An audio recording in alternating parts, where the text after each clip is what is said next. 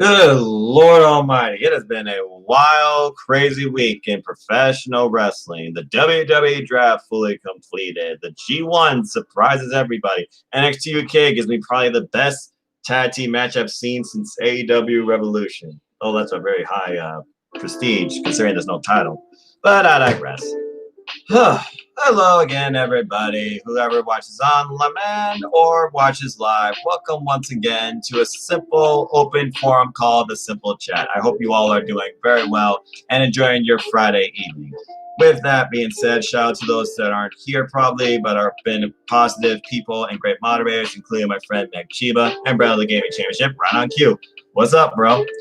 With that being said, folks, I'm just going to come here and be straight with you. This forum, no time limit tonight. You can ask me anything. We're going to talk about anything. I'm going to start, though, by giving my thoughts on what people want me to apparently talk about, and that is the WWE draft. So that was it, right? This is our big reset to bigger, brighter, better things. A better WWE. Yeah, right.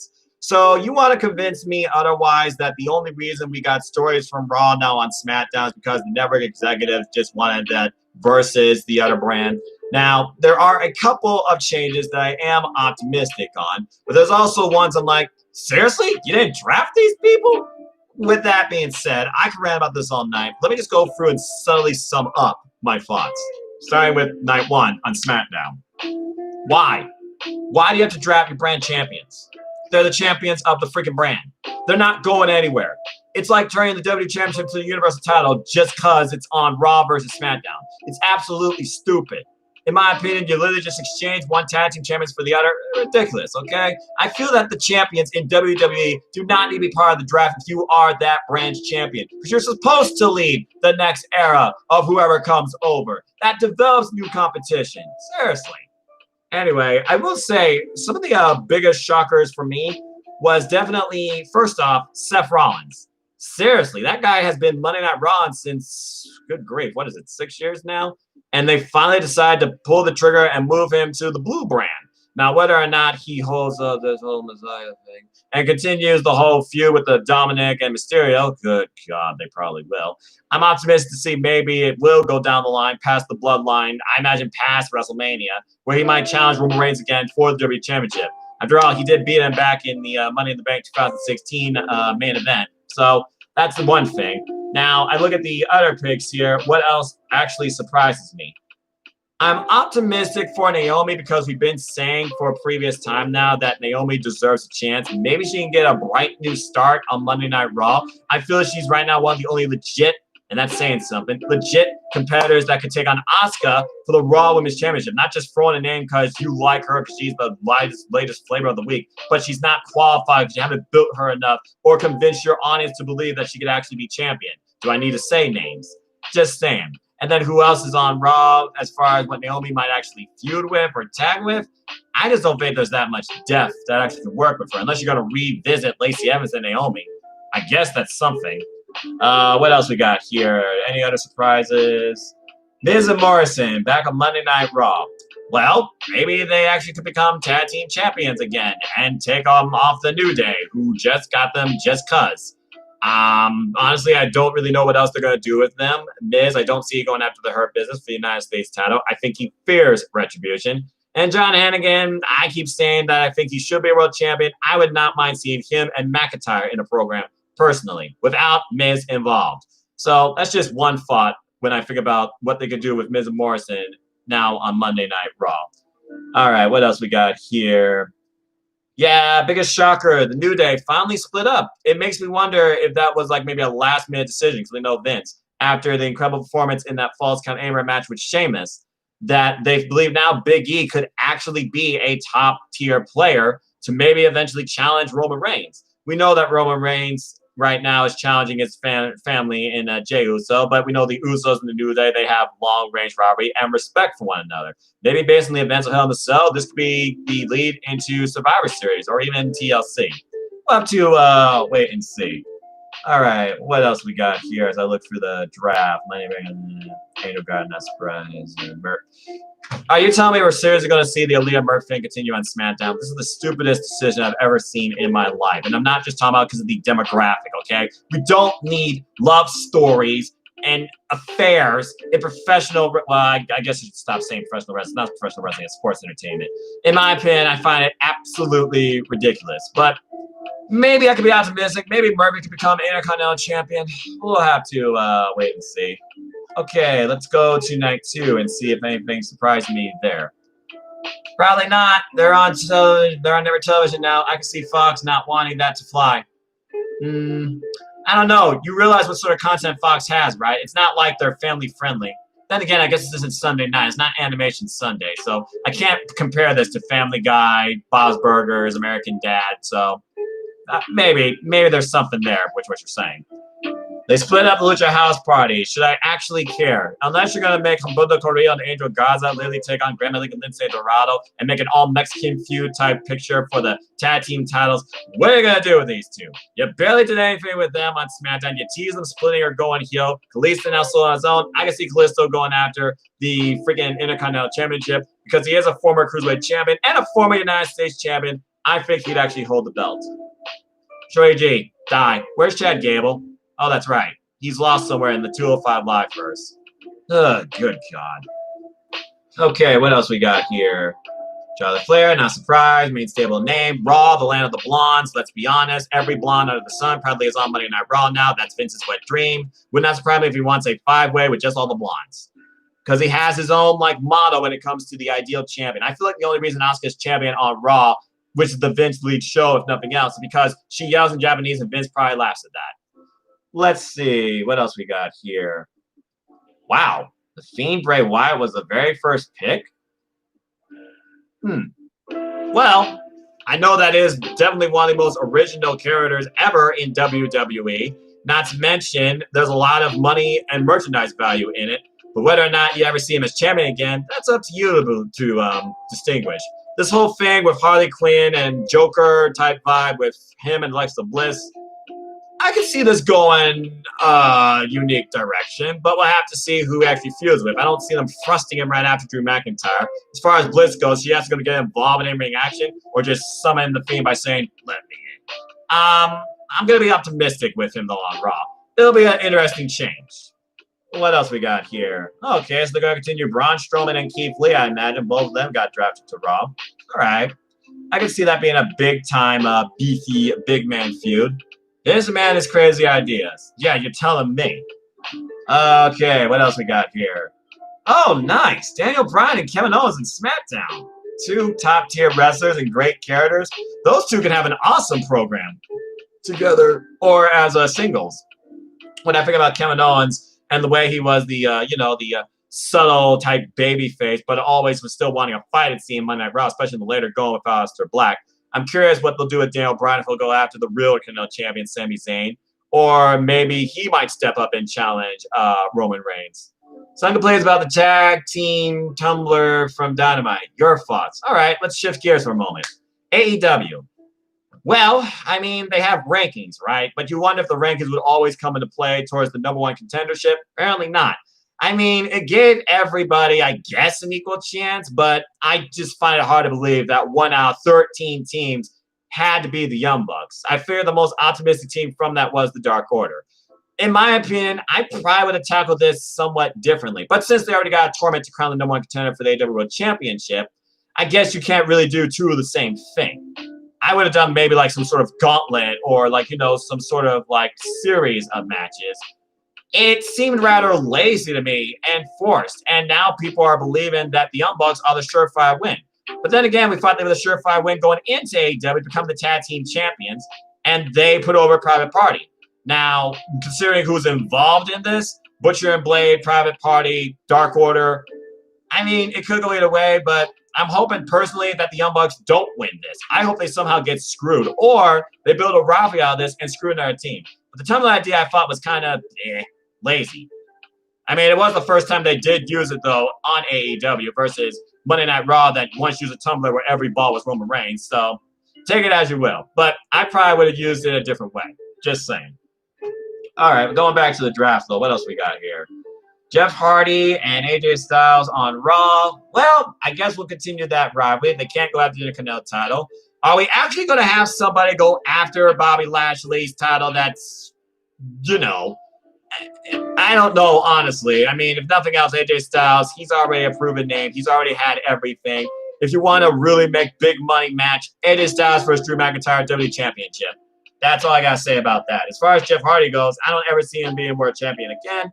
But maybe he could actually take on Lashley. I mean, heck, he wants to take Umaga to the limit. That'd be interesting, actually, for TLC. What else we got here? Retribution, don't care. Seriously, as soon as I saw the names, Retribution died on me. And as far as I'm concerned, this is your lead story going to Survivor Series. This Survivor Series is not going to be as good as last year, which might I add, Survivor Series 2019, thankfully because of NXT, was probably the best Survivor Series I saw top to bottom, probably in over the last decade. Just have the Hurt Business bury Retribution already, okay? Those guys may coming home, put down New York, turn again, slip into the. What the hell are you? Okay, somebody block that idiot or put him in timeout, okay? Good grief. People, I don't know what the hell's wrong with people. Anyone's going to say anything. Anyway, what else we got here? King Corbin, don't care. Lars Sullivan. That was kind of a surprise to me that Lars Sullivan, out of nowhere, came back. He then attacked people on SmackDown. Then he attacked John Morrison on Monday Night Raw. I thought, honestly, because he's a big, beefy heavyweight, he was going to go to Monday Night Raw. But I guess they got enough of those type of men over there. So I'm curious now where they go from there with Lars Sullivan on SmackDown. Like, seriously, who could he feud with? I'm just trying to think right now off the top of my head. What is the name of the aborted baby Jesus is this? This is just a random, simple chat. I'm going to give myself an abortion tonight with an accordion and a straw. Okay, I'm not going to judge you, but I don't think anyone else needs to see that either. So, bye. Okay, that was super weird. But I guess it's the risk you take when you go live, right? When you're just yamming on and chatting on about anything wrestling or anything else. Sheamus, I feel like, is finally one that will have a new start now that he's no longer feuding with Big E. I'm glad they're not carrying this feud over. With Sheamus being a former WWE champion, it honestly could be a match, fella, between him and McIntyre. I could see Sheamus playing big main event player once they finally get over this program with Randy Orton. Because I'm just going to say right now, I don't see Randy Orton winning the title at Hell in the Cell.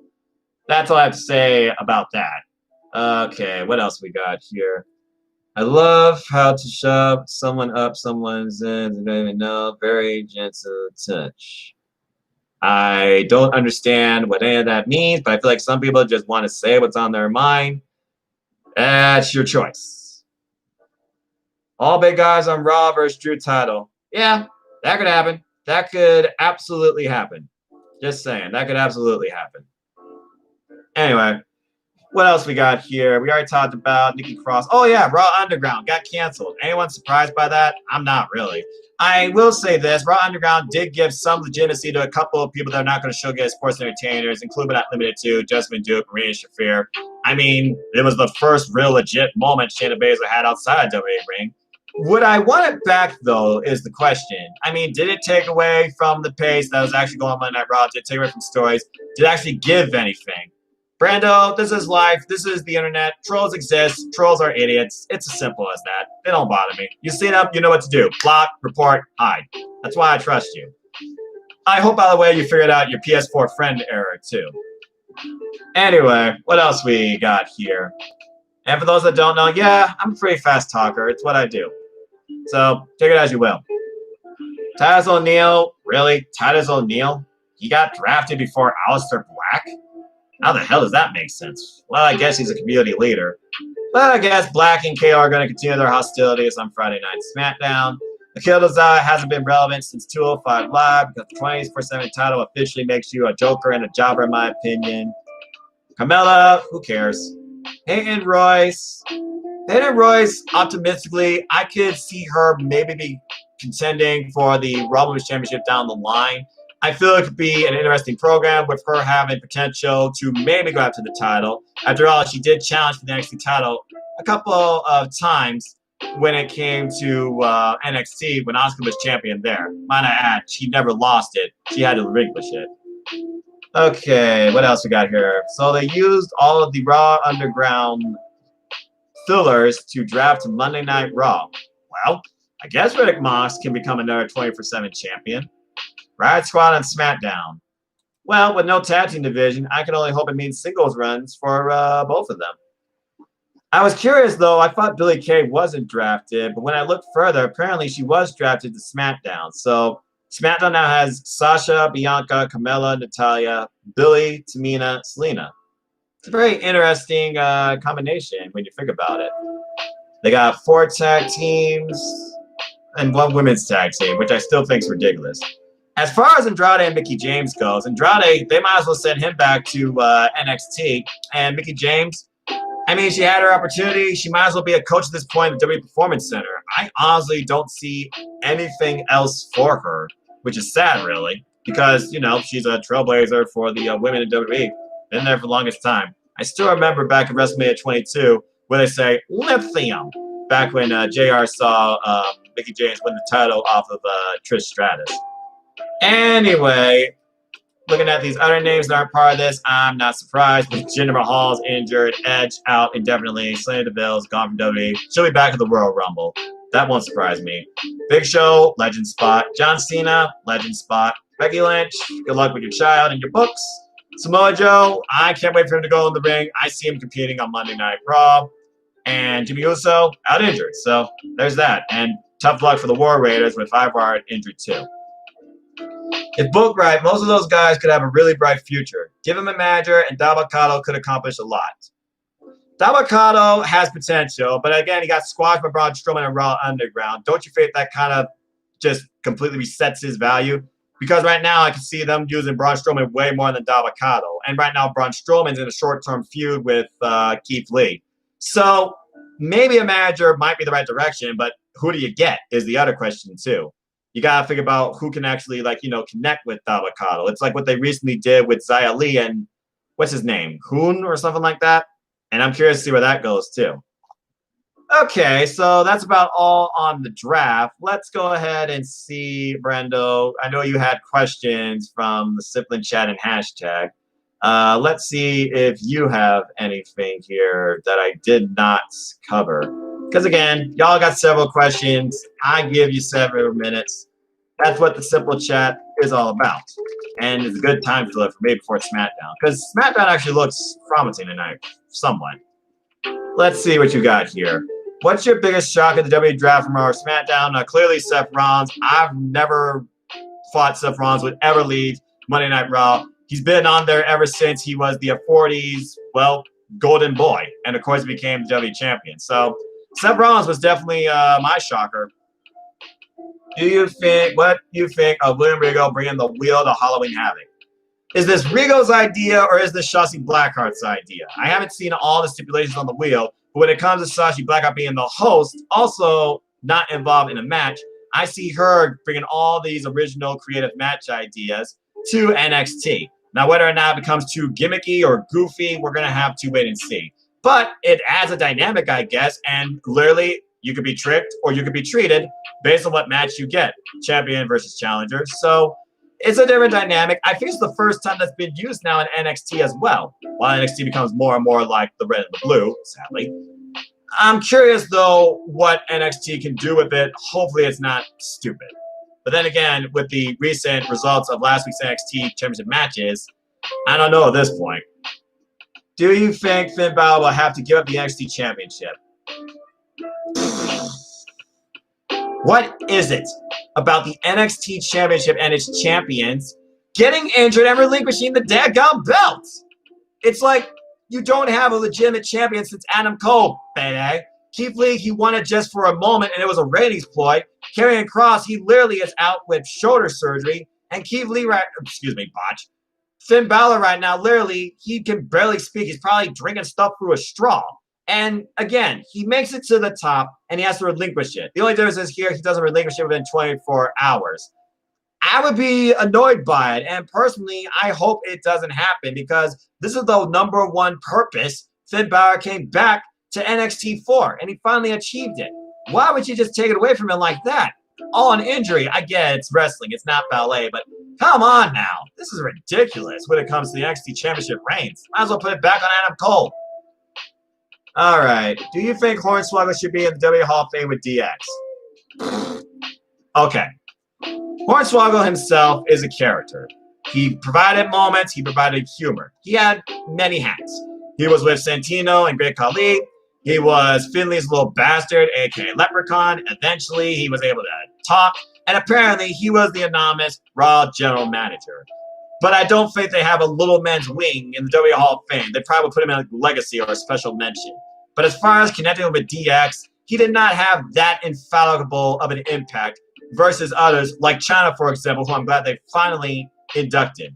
So to answer your question, no. I really don't think they should put him with DX. But I do believe eventually they should consider him based on the work that he gave. That's all I've got to say about that. All right, so anything else here? Because I think about covered everything and definitely went over the limit. Oh, hey, Lex, what's up? And stay tuned, Lex. We'll be doing, of course, Friday Night Zoom shortly with Among Us and SmackDown. I look forward to seeing you, Megan, Casey, and whoever else wants to join. Your thoughts, Orange Cassidy versus Cody. Holy mackerel.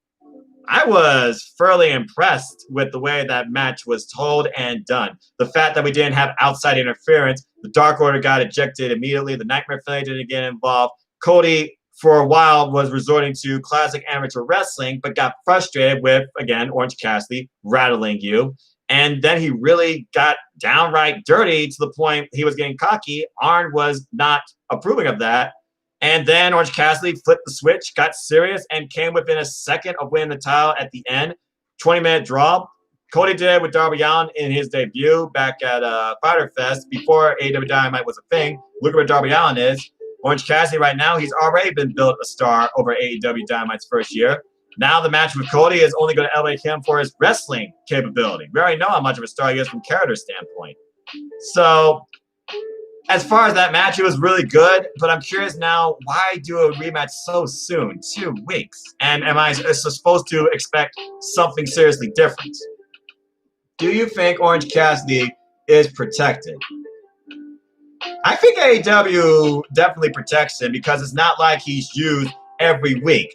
They don't even really use him in ring every week. They've only really started doing that now since Chris Jericho has really helped put him over. So I think, yeah, AEW definitely has protected him for the long haul. But I don't think he's so much protected now. I think so much now they just let him do his own thing. P-Moz, you remember I had my reservations going into this match. They proved me wrong.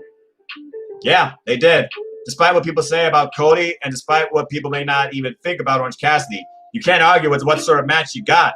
It felt like an old school championship type affair.